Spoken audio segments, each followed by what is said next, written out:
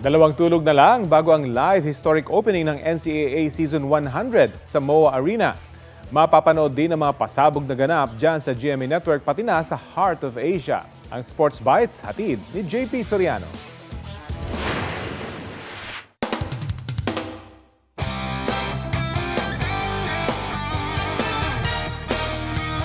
Mula sa paghahanap ng mga new heroes sa Season 99, mga tumata at hindi malilimutang collegiate sports moments naman ang aalalahanin sa Season 100 ng National Collegiate Athletic Association o NCAA. Ito ang NCAA Siglo I, Inspiring Legacies, nakikilala at magdiriwang sa isang siglo ng tagisan ng mga student athletes ng Premier Collegiate League ng Pilipinas. Ang host school ng historic season ay ang Lyceum of the Philippines University na pinangungunahan ni Season 100 Policy Board President Attorney Roberto Laurel.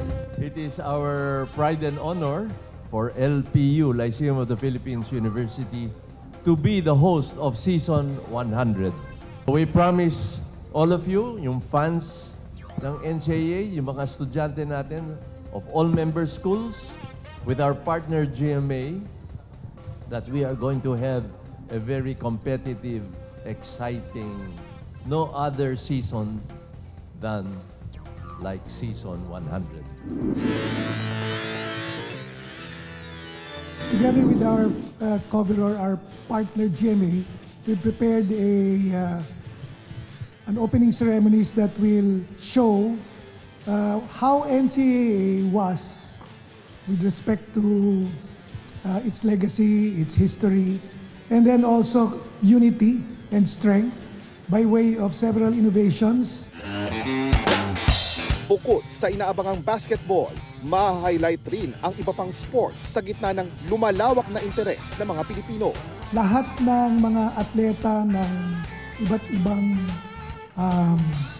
events ng NCAA, 13 as well as other special events, they will be represented in the parade of athletes. Present sa NCAA Philippines Season 100 Grand Press Conference ang NCAA Management Committee ng 10-member school, GMA Synergy officials ng official media partner ng NCAA na GMA Network, coaches ng men's basketball teams, at team captains ng basketball team. Kabilang na ang NCAA Season 99 champions na San Beda Red Lions at runner-up na Mapua Cardinals.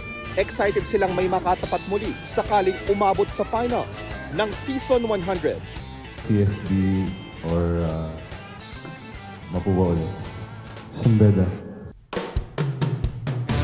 Para sa bayan, ang 100 years ng NCAA, magtatanghal din sina Justin De Dios ng SB19 at ang P-Pop Female Alphas na G22 na siyang aawi ng NCAA Season 100 theme song na Own the Future na nagpatikim na rin ng sample sa press conference.